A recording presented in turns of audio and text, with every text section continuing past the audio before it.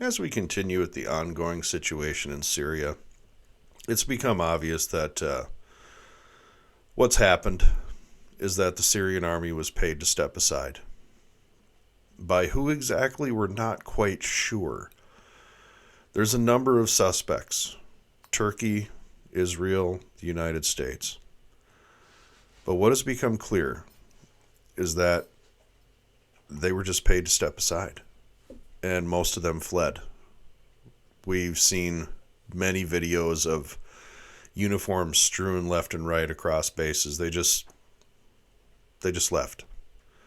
Their officers were very likely paid great sums by, we've done this in the past. We did this in Afghanistan and in Iraq. Both documented that we paid off officers, high-ranking non-commissioned, to just step aside. It's very possible that happened again. It may not be us, though, and we'll get a little bit into that. Good story here. Assad's fall has humiliated Washington. Syrians are free from Assad in spite of Biden administration, not because of it.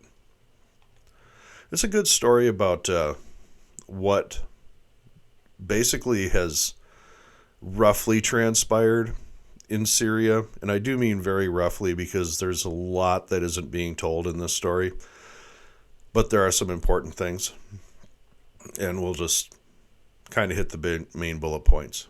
Try not to laugh. Biden attributes the woes that have befallen the alleged axis of resistance to blows Ukraine and Israel have delivered upon their own self-defense with unflagging support of the United States. This isn't just deceptive telling of recent history. Biden has it backwards. While it's true that Iran, Hezbollah, and Russia are weaker today than they were when Biden was inaugurated as president, it's not because Biden had the foresight to unleash the Jewish state against America's enemies in the Middle East. It's because Israel defied Biden's efforts to restrain it. Syria has toppled its tyrant in spite of the Biden administration, not because of it. We can all remember the Biden administration threatening the withholding of weapon systems if they didn't submit to the Biden administration's desires.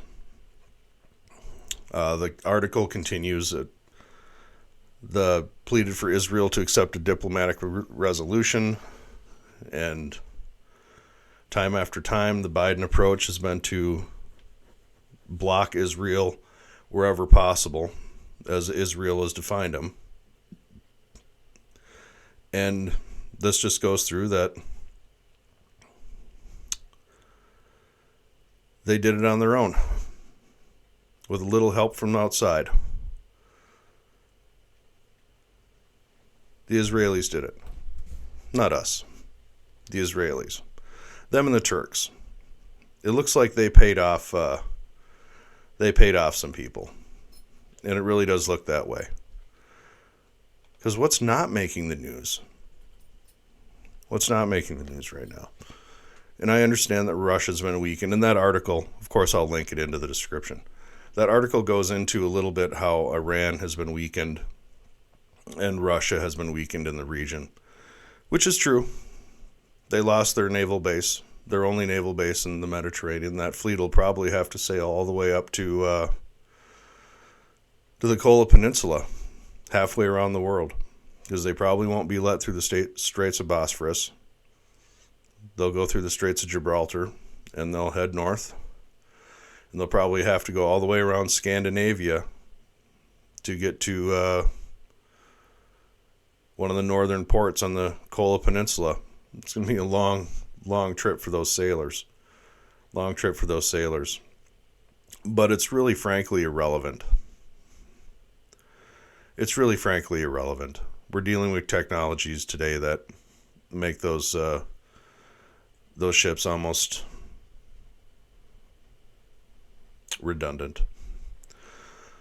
But what also isn't making the news, and who I really think has made the payola, Israeli tanks are about 20 kilometers from Damascus. You're not hearing a lot about that, are you? That's coming from the Israeli National News. This isn't just me speculating this. Israeli tanks are 20 miles from Damascus. 20 kilometers from Damascus. They're right there. And according to these everything I've read, because this buffer zone that Israel has created on the opposite side of the Golan Heights, they've taken a lot of territory on that side of the Golan Heights. They say they're never giving it back. That's Israeli land now. Reports also indicated that the IDF have taken control of 9 villages in the southern outskirts of Damascus near the border with Lebanon at the same time. There are reports of extensive strikes in the Damascus area. The Syrian Observatory for Human Rights, an opposition organization based in Britain, stated earlier that Israel has struck more than 250 targets in the last 48 hours. This has come out that is nearly 700 targets the Israelis have struck. If one didn't know better, and this is just pure speculation on my part, one would think that perhaps a certain country gave the old payola, paid off some officers, so they ran, kept saying they were going to invade Lebanon, the Lebanese South. The plan is launched, and the Syrian government fails. And in response, you happen to just have a large military force in the area. They just happen to be there. So you invade, and you go almost to Damascus. Do they go to Damascus? I think inevitably they do. I think inevitably they do go to Damascus. We are on the cusp of a whole new world. A whole new world. We can't sit and celebrate the loss of a little naval base for Russia. We can't sit and celebrate the loss of control of Iranian proxies in the area. We need to worry about what's about to happen there, because this situation is not finished. Have you been told that the group that just took charge has told the Russians that they have nothing to worry about, that they can keep their base and that they're not going to be attacked? That's not in the news. Yes, their ships have sailed away as a precaution. As a precaution, absolutely. That's a prudent thing to do. Russians are many things. Stupid is not one of them. So we could be dealing with a larger occupation in southern Syria, along with an extensive occupation in northern Syria, with buffer zones for certain nations.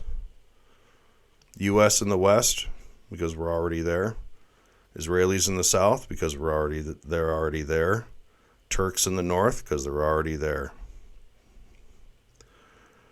It's crazy to think about the times we live in.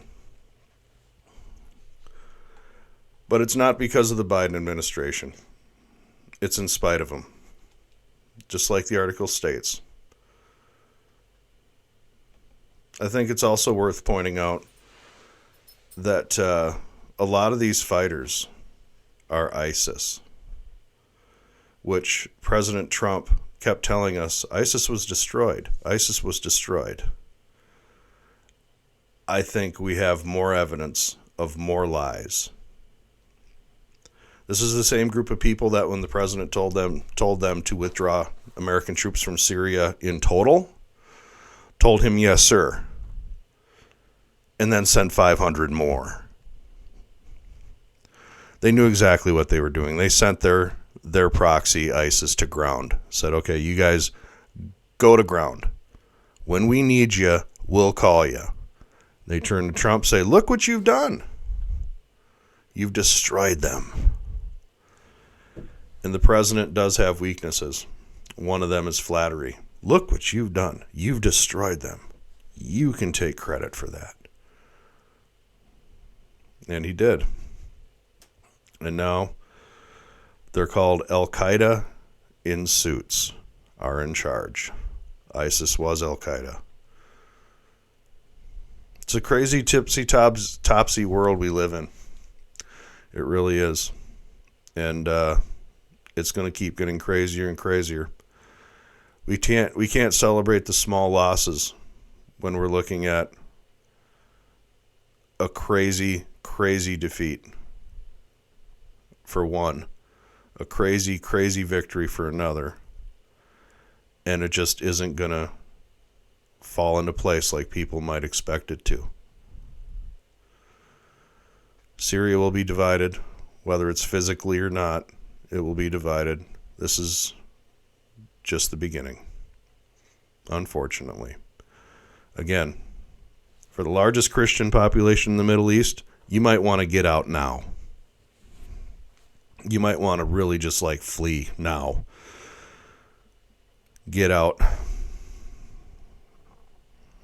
They're going to need help. The Christians are going to need help there.